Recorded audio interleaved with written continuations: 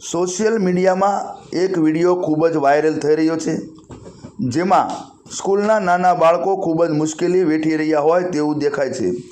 આ વિડીયો કોનો છે અને ક્યાંનો છે તેની તપાસ કરતાં અમારી એસજી ન્યૂઝ ટીમ સ્થળ પર પહોંચી ત્યારે આ મુશ્કેલીનો સામનો કરતા લોકોની મુલાકાત કરી હતી। ત્યાં જાણવા અને જોવા મળ્યું કે આ પ્લોટિંગ કરી વેચનાર લોકોએ આ પ્લોટ લેનારને છેતર્યા છે અને ગુમરાહ કર્યા છે। ખરેખર અહીં ચાલવું ખૂબ જ મુશ્કેલ છે। પ્લોટિંગ કરનારે કોઈ રસ્તો જ મૂક્યો નથી, તો આ પ્લોટિંગ પાસ થયું કેવી રીતે? આ પ્લોટિંગ તુલસીનગર 2 જ્યાં સંતકૃપા સોસાયટી બનેલી છે તે લોકોએ તેની વ્યથા મીડિયા મારફત બતાવી છે। સાંભળો આ ભોગ બનનાર લોકો શું કહી રહ્યા છે। SG news Gujarati, Botad.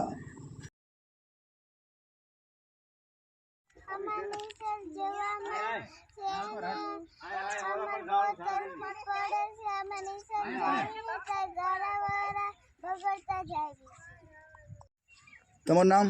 મારું નામ રાઠોડ હરેશભાઈ કાંતિભાઈ। શું સમસ્યા છે તમારી? મારે સાહેબ રસ્તાની તકલીફ છે। અમારે જાહેર રસ્તો પેલા ઉપર હતો એ અત્યારે બંધ થઈ ગયો છે। એટલે છોકરાને નિશાળ મૂકવા જાઓ ને એટલે પાણી ઓકળામાં હાલવું પડે છે ને પાણીમાં કાયમ શીરવાન ફૂટી ગયેલા અત્યારે 6 ફૂટ ઊંડું ઓકળું છે।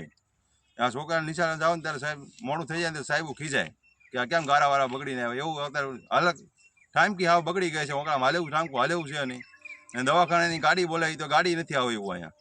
આમાં મમ્મી છે એમને પગની તકલીફ છે, પણ ડૉક્ટરને ફોન કરી તો ડૉક્ટરની ગાડીઓ કંઈ આવતી નથી।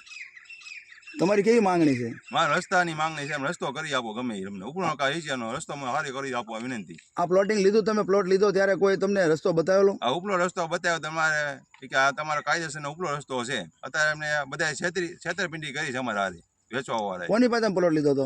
ભરત ભૂરાભાઈ કરીને એની પાસે પ્લોટિંગ લીધો હતો? હા।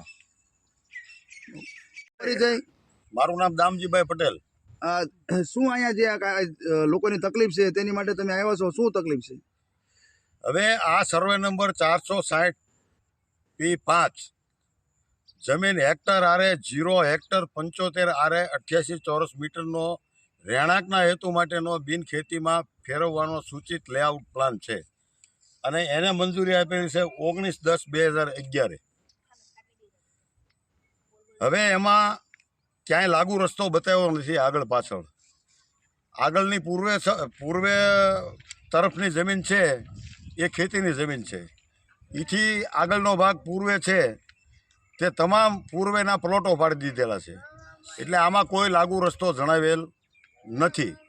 માટે જે 9 મીટરનો હયાત માર્ગ ગાડા માર્ગ બતાવેલ છે એ પાણીનું ઊંડું ઓંકળું છે, અને એ ઓંકળું 10 થી 15 ફૂટ ઊંડું છે, અને અત્યારે હાલવા માટે 10 ફૂટનો પણ એ રસ્તો નથી, અને બંને બાજુથી ઓંકળું ઊંડું હોવાના હિસાબે અતિવૃષ્ટિ થઈ છે માટે શિરવાણ ફૂટી ગયા છે, એટલે હાલવા લાયક રસ્તો નથી। વારંવાર મીડિયા બતાવેલા છે, મીડિયાવાળાને બોલાવેલા છે, તો મારે મામલતદારશ્રી, નાયબ મામલતદારશ્રી, નાયબ કલેક્ટરશ્રી, કલેક્ટરશ્રી, નગરપાલિકા ચીફ ઓફિસરશ્રી, નગરપાલિકા પ્રમુખશ્રીને મારે એવું કહેવા માગું છું કે તમે જલ્દીથી જલ્દી આ રહેણાંક વિસ્તારની તપાસ કરીને જે થતું હોય એ તાત્કાલિક ધોરણે, ન્યાયિક ધોરણે તમે આનો નિકાલ કરી આપો, નહીં તો અમે આવનારી 30/11 સુધીનું અલ્ટિમેટમ આપીએ છીએ કે 30 તારીખ સુધીમાં ન્યાયિક તપાસ નહીં થાય તો અમે અમારી વેદના જાહેર કરીએ છીએ કે આ સર્વે નંબર 460માં ટોટલ પ્લોટ 48 છે, અને પ્લોટિંગ વેચવાવાળાએ પ્લોટ લેવાવાળાને પહેલી જ દ્રષ્ટિએ ગુમરાહ કરેલ છે। તો ખરેખર આ અન્યાય થયેલો છે, જે લોકોએ પ્લોટ લીધા એની ઉપર અન્યાય થયેલ છે। આવો અન્યાય થવો જોઈએ નહીં। જો આવતી 30/11 સુધીમાં આ રસ્તાનો નિકાલ નહીં થાય તો અમે હાઈકોર્ટમાં જાહેર રીતની અરજી કરશું અને વિજિલન્સ તપાસની માંગણી કરશું, એવી મારી વિનંતી છે। પણ અમને ડિપાર્ટમેન્ટ ઉપર ભરોસો છે કે જલ્દીથી જલ્દી નિકાલ લાવી દેશે અને નાના માણસો માટે અવર જવર માટે સારો એવો રસ્તો કરી દેશે.